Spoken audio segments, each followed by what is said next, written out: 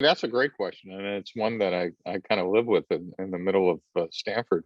Is we really need a translational, like just like there's translational medicine, we really need a translational entrepreneurship kind of mindset, which we don't have. There's a lot of smart academics doing some really insightful work on innovation and entrepreneurship and its effect on society and the whole ecosystem around it. But there's very little incentive for them to actually communicate that to the practitioners. That is there's a huge gap between the academics and the practitioners.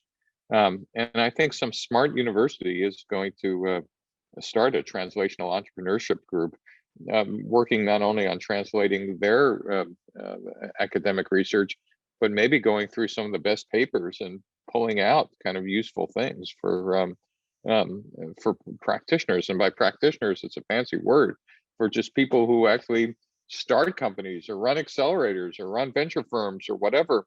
There's just a ton of great insights that never see the light of day because there's no, as I said, there's no incentive. In fact, there's negative incentive in academia for you to have practical work. There's all the incentives are oriented for you to get published in very specific academic journals or magazines, or write text that your peers or other researchers read.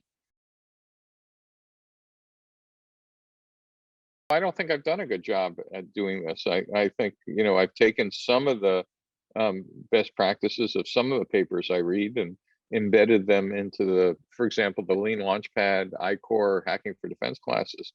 The pedagogy, that is the way the class is designed, is really based on some great academic literature on the difference between directed learning and experiential learning, and what are the common attention threads that need to go across a class if you're doing experiential, whether you do unguided or guided learning. All that came from a lot of literature I read, and it kind of matched my experience as a practitioner. But it was not only nice to know there was no literature around it, it actually allowed me to provide a frame and enhance it so it could become more effective. But boy, as I dug into that, I realized, as I said, there's like 10,000 times as much stuff that if there was a translational entrepreneurship, in fact, there's a great startup. If someone wants to start a magazine or a publication or something that was just simply, let's read some research this week and come out with some new ideas, somebody could probably make a lot of money doing that.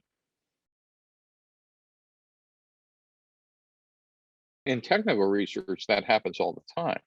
So, one of my first startups in Silicon Valley was my second semiconductor chip company, done by a junior professor of computer science at Stanford who took a sabbatical to commercialize this chip he had done in his lab.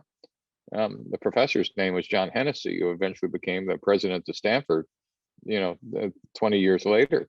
But Silicon Valley was kind of built on a series of technologies that kind of left the lab. Cisco, et cetera, came out of research, and it's not just Stanford and others. We commercialize tech fairly well out of university labs. In fact, in the United States, the Doyle-By law about allowing universities to profit from commercializing their inventions have led to almost every research university has a tech transfer office where they license their technology and either make money on the license itself or on royalties from that.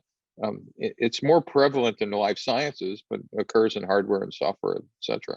Technology ideas where that translation is pretty clear to an engineer. You look at something in the lab and go, oh yeah, okay, I could figure out how to make a company out of that. Versus the more kind of obscure insights about customers or about markets or about dynamic market and pricing dynamics, etc. It's not that none of them make it out of research, but they're a lot harder to translate because those papers and the practice is just harder to see.